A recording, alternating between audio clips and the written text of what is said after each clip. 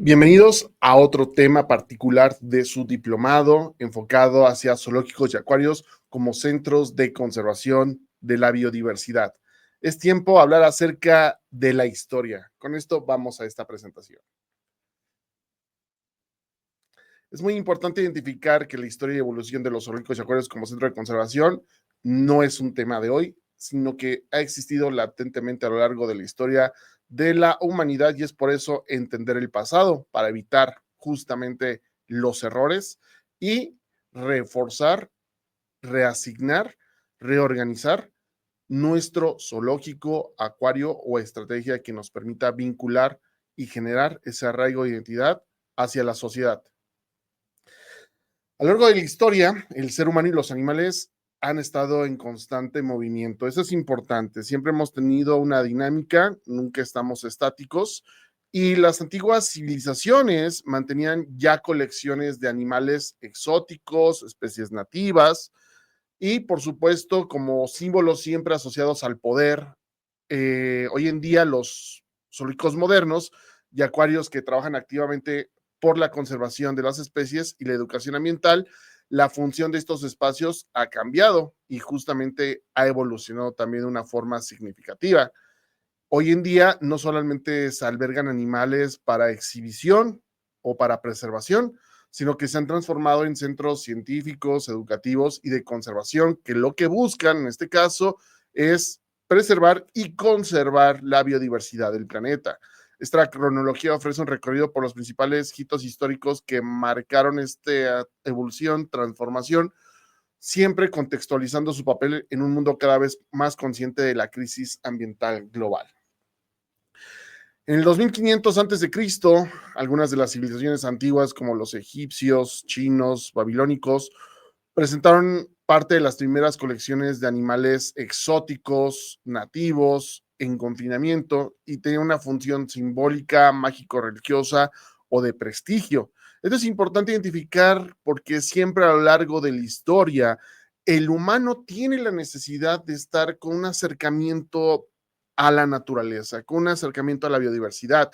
Siempre ha existido esta particularidad de tener justo tanto fauna, flora, funga y diversos aspectos naturales en convivencia cercana con el humano, sobre todo en las zonas donde se empezaron a gestar las primeras megalópolis del mundo antiguo.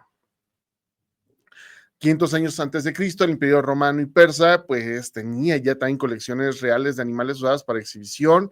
Ya había aquí justamente la parte de entretenimiento y combate en los coliseos romanos. Aquí es un dato muy interesante ver cómo, en efecto, en estas épocas que la mayoría de ustedes tienen una visión por las películas que han salido de época, donde se relaciona la presencia de la fauna silvestre, en este caso grandes felinos o grandes megamamíferos que justo participan dentro del Coliseo.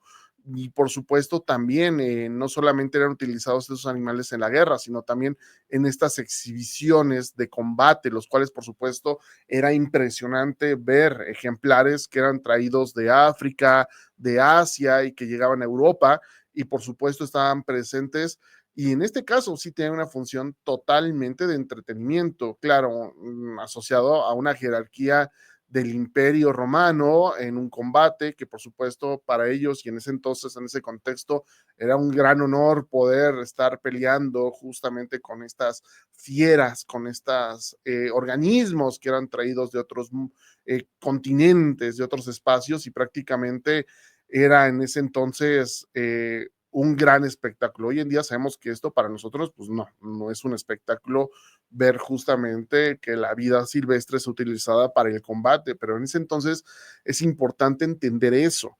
Ese combate era una forma en la cual las personas tenían en esa época un acercamiento con el conocimiento de la fauna silvestre. Ya en la Edad Media, 500 años, 1500 años después de Cristo, ya se empieza a tener un mantenimiento limitado de animales en cortes reales europeas y asiáticas.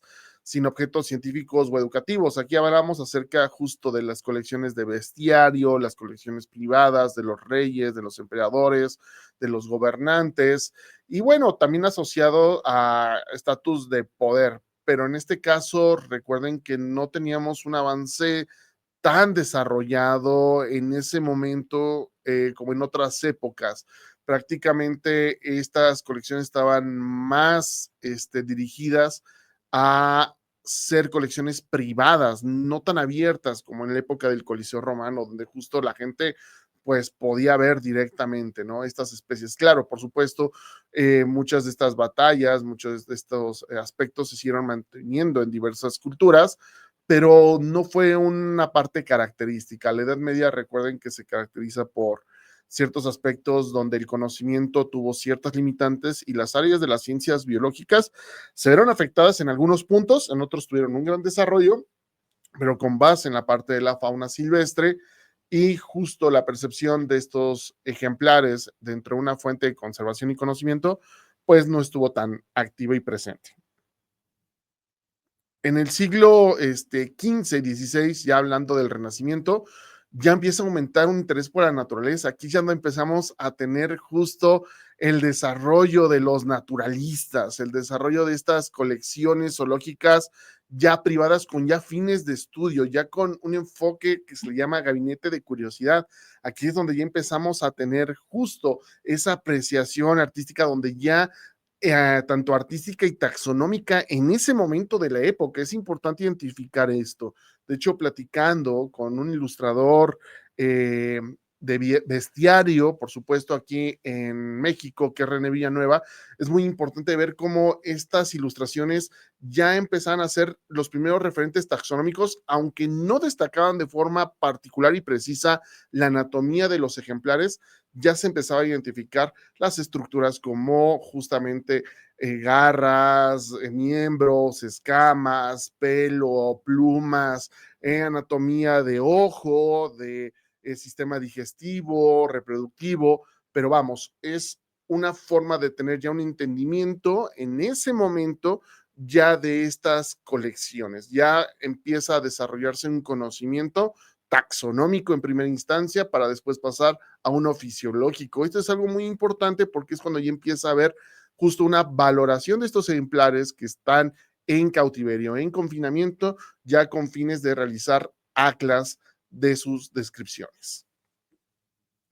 En este caso es muy importante mencionar que en 1440, 1465, en América, principalmente en lo que hoy es México, tuvimos la presencia justamente en ese entonces de los tlatoanis, la construcción de acueductos, terrazas, estanques, jardines botánicos para conservar diversas especies vegetales y animales de diferentes regiones del Valle de México y por supuesto algunas otras zonas. Estos jardines serían tanto para fines científicos, ornamentales, espirituales, siendo considerados el primer jardín botánico del continente americano, justo dentro de la parte de los mexicas, que es el nombre correcto que le debemos de dar a los aztecas. Esto es importante porque no solamente ellos, sino muchas de las colonias, culturas, que es el nombre correcto que le tenemos que dar en Mesoamérica, empezaron a tener este tipo de colecciones y a estudiarlas, por supuesto, también. Esto es algo importante porque ya al tener estas colecciones confinadas y donde había dentro del linaje real de las culturas mexicas, ya personas dedicadas a los estudios, ya nos estaba empezando a hablar también de una apreciación aquí en América, independientemente del conocimiento justamente oriental, europeo, asiático. Y eso habla mucho de la importancia de cómo el humano empieza a tener una apreciación, una admiración sobre las colecciones y el estudio de ellas y de forma independiente. En 1828, por ejemplo, el Zoológico de Londres se considera el primer zoológico moderno enfocado en el estudio científico de los animales, aunque fue cerrado al público en sus inicios. Eso es algo muy importante. Fíjense, cómo ya teníamos colecciones que justo estaban limitadas únicamente a cierto sector. Royal Society, ciertos grupos de investigadores en esa época, los cuales empezaban a analizar estos grandes mamíferos, estos reptiles, las grandes aves, y justo tener este confinamiento en el cual tenía un estricto uso científico que posteriormente cambia a un aspecto de recreación. Esto es fundamental entender que en los zoológicos, en primera instancia, los modernos, empezaron como colecciones de estudio científico. Es importante recalcar este punto en el origen de cualquier colección zoológica, acuario, etcétera. La primer fascinación existente es la curiosidad del desarrollo de conocimiento. En 1853, el primer acuario público en Londres inicia la exhibición de vida acuática enfocado en peces ornamentales para el entretenimiento. Aquí justo fíjense cómo ya empezamos a tener ya esta exposición de ejemplares acuáticos y la fascinación por parte del público de ver estas especies, por supuesto. Lo importante aquí es identificar que siempre los zoológicos y acuarios empiezan a tener su núcleo en el desarrollo de las megalópolis, en el desarrollo de los núcleos donde el humano empieza a tener una alienación, es decir, se empieza a alejar, empieza a perder este contacto con la naturaleza y es donde las generaciones de ese momento, su primer acercamiento en el contacto con la fauna, con la flora silvestre es a través de los zoológicos y de los acuarios.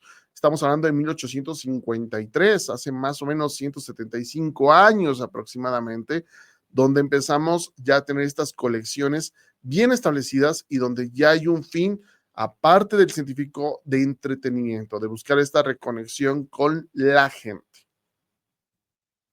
A finales del siglo justo XIX, la expansión de zoológicos en Europa y América tienen como finalidad la exhibición con poco conocimiento sobre bienestar animal. Aquí es algo muy importante mencionar. Son estas clásicas espacios, confinamientos que tienen barrotes, suelos de concreto, paredes de concreto o con justamente estos barrotes, estas rejillas, inclusive muchas veces con ausencia de una cama, de un sustrato.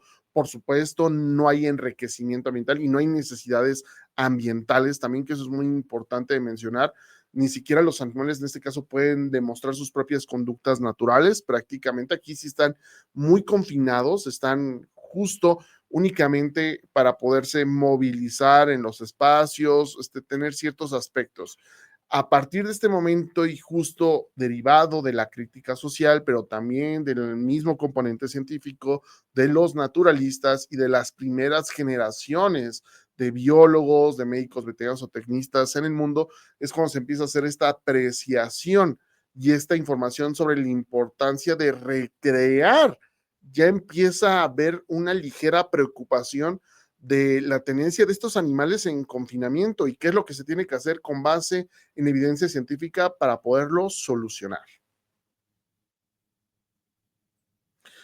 En las décadas de 1960 a 1960 empieza a surgir el movimiento ambientalista, el cual es bueno, por supuesto. Siempre aquí es algo muy importante. Todos los movimientos que busquen la reflexión hacia temas ambientales, debemos de tomarlo en positivo el movimiento, no tanto en este caso, a veces los fines que se pueden llegarse a confundir con fines partidistas, de intereses, de conflicto de intereses. Lo importante es entender que todos los movimientos que existen, que buscan justamente, en este caso, este marcó el concepto de conservación como responsabilidad de zoológicos y acuarios, donde empiezan a surgir programas de reproducción en cautiverio y reintroducción de especies.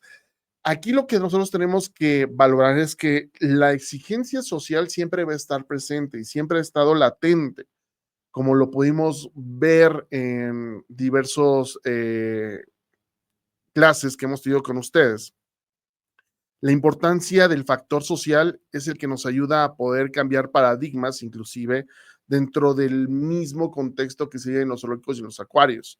Esta presión social nos ayuda a poder ser más objetivos poder cuantificar y ya no estar cualificando aspectos de bienestar animal, sino hacer medibles los parámetros por los cuales los ejemplares bajo confinamiento pueden tener una calidad de vida bajo los dominios del bienestar animal, bajo las 5 libertades que justo hoy tenemos muy claros. Entonces, los movimientos sociales siempre han existido, siempre ha existido una oposición, siempre ha estado muy presente, siempre han sido muy fuertes. Lamentablemente, muchos de ellos han visto en movimientos muy violentos, muchas veces no solamente activistas, científicos, zookeepers, han perdido la vida por justamente velar por la conservación de las especies en confinamiento, y es un proceso que siempre ha permanecido. Lo importante aquí es evitar esos aspectos de violencia y, por supuesto, la prohibición, que lo que genera en este caso la prohibición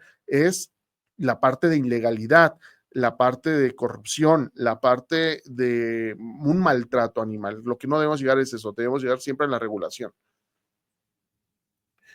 En 1980 ya empieza a fundarse a nivel mundial la WASA, que es la World Association of Zoos and Aquariums, que en este caso busca la acreditación de los zoológicos y acuarios a nivel mundial. Este organismo, al igual que la ASA, la Asociación de Zoológicos y Acuarios de Estados Unidos, establecen estándares en bioética, científicos y educativos. Aquí ya vemos cómo ya empieza a haber una unión por parte de profesionistas que atienden una demanda social en los parámetros justamente del cuidado de los animales bajo confinamiento. Y aquí es algo muy importante ver cómo realmente tiene muy poco tiempo. 1980, estamos hablando acerca de 45 años aproximadamente, en los cuales empezamos a analizar que requerimos de ciertos estándares que se deben de cumplir para mantener la salud, el bienestar animal y, por supuesto, la salud mental de cada uno de los ejemplares existentes. Esto marca un hito, por supuesto, en la historia de los zoológicos y acuarios, porque se empieza a desarrollar una estrategia con base en evidencia científica, el cuidado de los animales a través de un grupo multidisciplinario, transdisciplinario e interdisciplinario.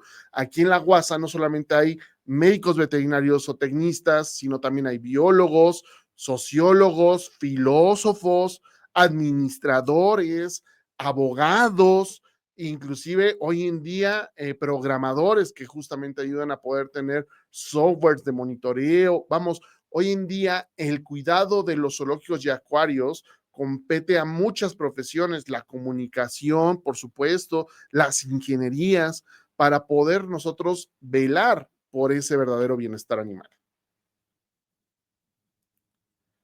En este caso, en México, en la parte de Latinoamérica, surge en 1988 ASCARM, que es la Asociación de Zoológicos, Criaderos y Acuarios de la República Mexicana, en la cual coordina programas de reintroducción, reproducción en cautiverio de diversas especies.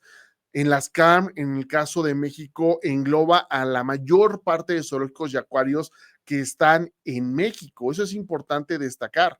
Asimismo, apoya a los centros de rescate que reciben fauna decomisada por el tráfico ilegal a través de la Profepa, colabora estrechamente con la Semarnam, CONAM, UNAM, diversas instituciones y promociona diversas campañas educativas en zoológicos y acuarios con sus diferentes miembros. Aquí es algo muy importante mencionar. Si dan cuenta, SCARM también es una institución que lleva ya más de 40 años en activo, y esto es algo muy importante porque también habla acerca de las instituciones que localmente existen en nuestro país y también en América Latina, que tratan de vincular, generar estas estrategias y, por supuesto, estar avanzando. Siempre es muy importante destacar que las instituciones dejan un precedente para que puedan estarse desarrollando estas estrategias con éxito y poderse llevar a cabo el bienestar animal.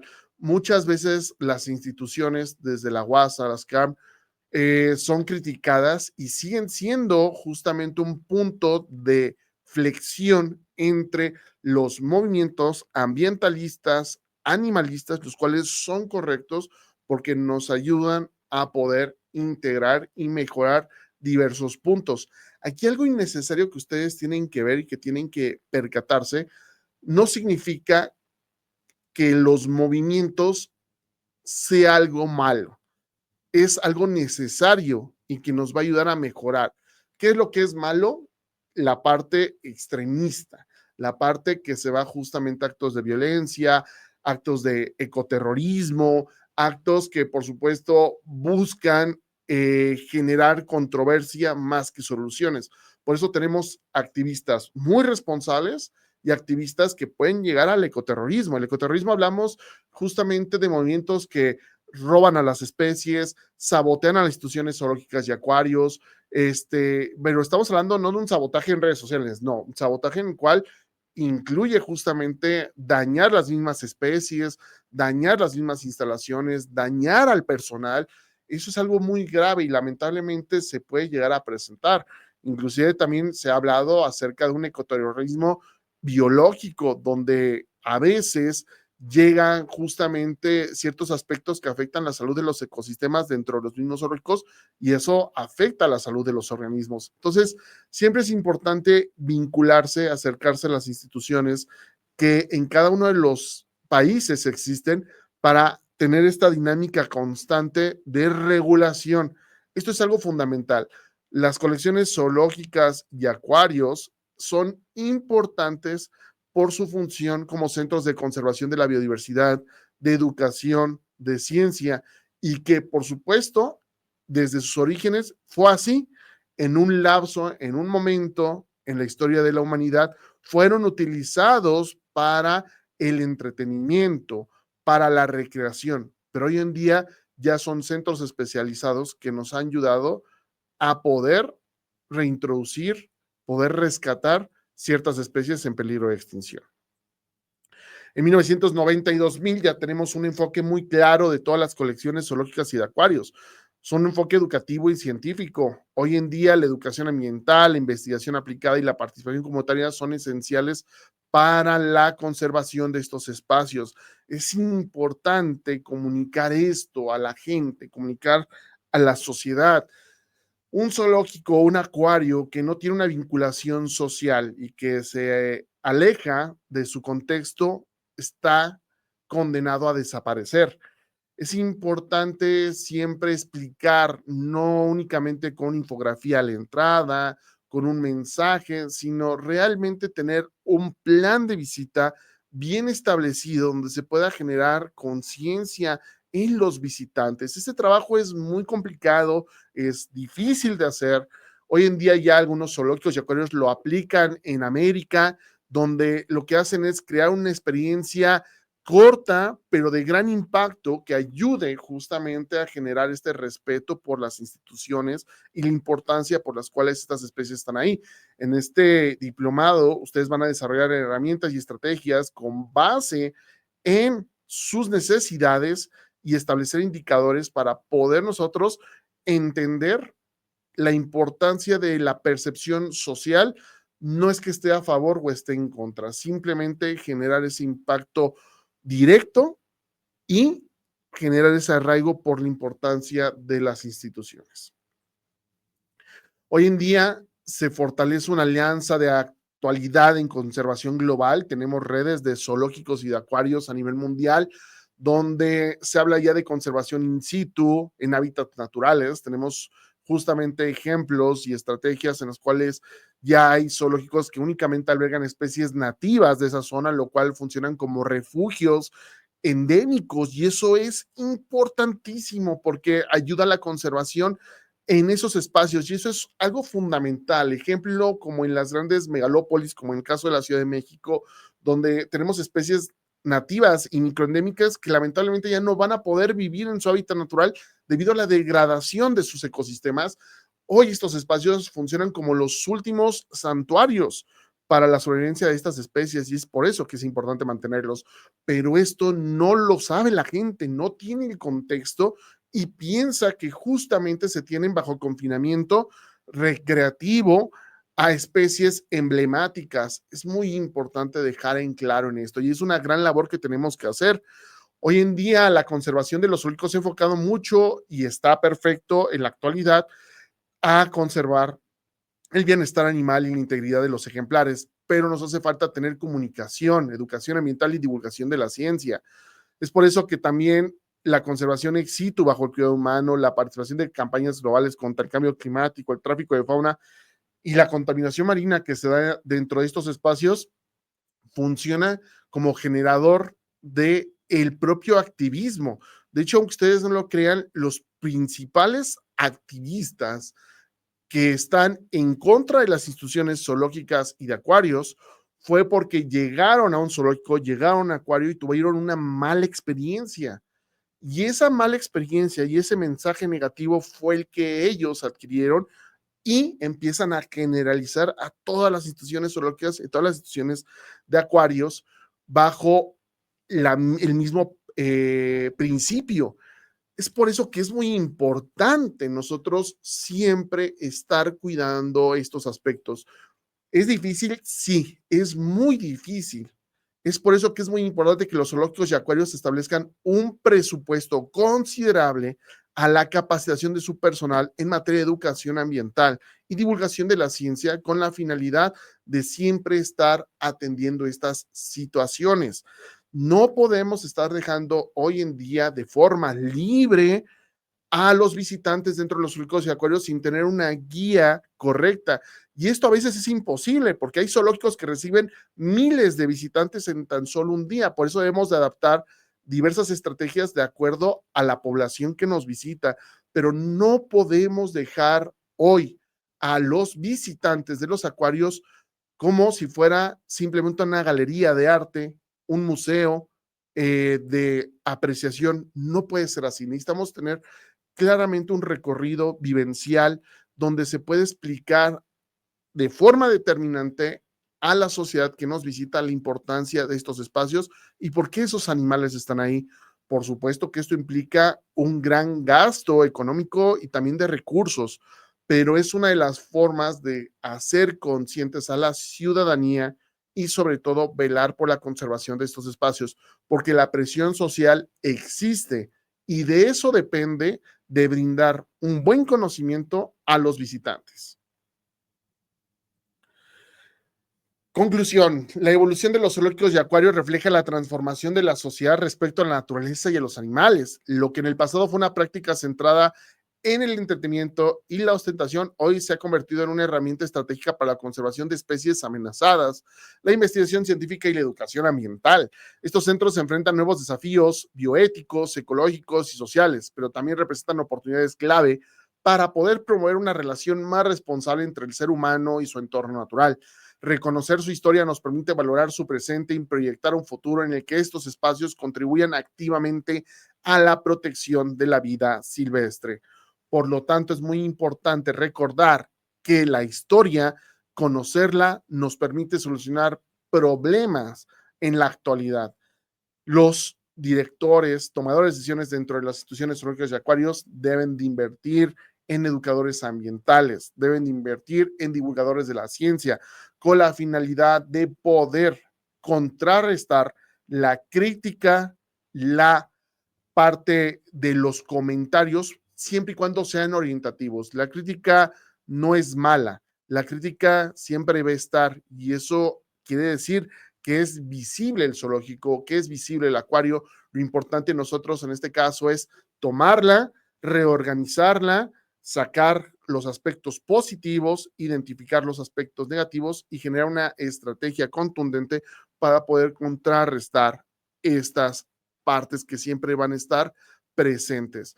No se trata de caerle bien a toda la sociedad, se trata de orientar, tener una posición firme institucional sobre la importancia de ese zoológico en esa colonia, en ese espacio, en ese municipio, en ese estado, en ese país, en esa prefectura y su dinámica con la sociedad.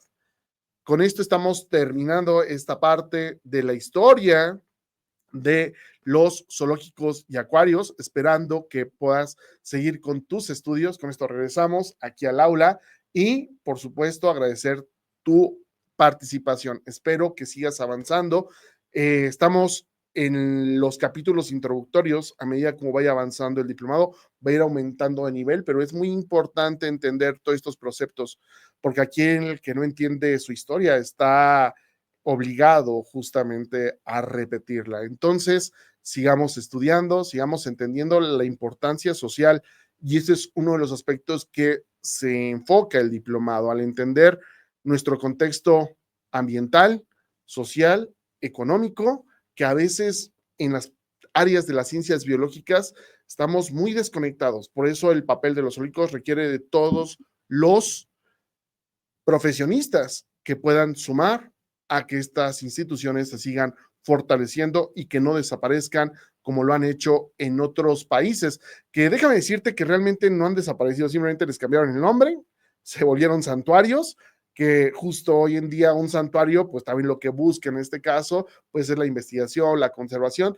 Tal vez no están abiertos al público como un zoológico que puede recibir miles de visitantes, pero sí reciben visitas, por supuesto, son instituciones que siguen haciendo esta parte. Aquí lo importante es dejar muy en claro que siempre el ser humano va a tener esa necesidad por acercarse hacia la naturaleza, y qué mejor que se acerque a instituciones que estén realizando no solamente un buen trabajo, sino que también prueban este granito de arena para generar educación ambiental y lograr tener esa sostenibilidad.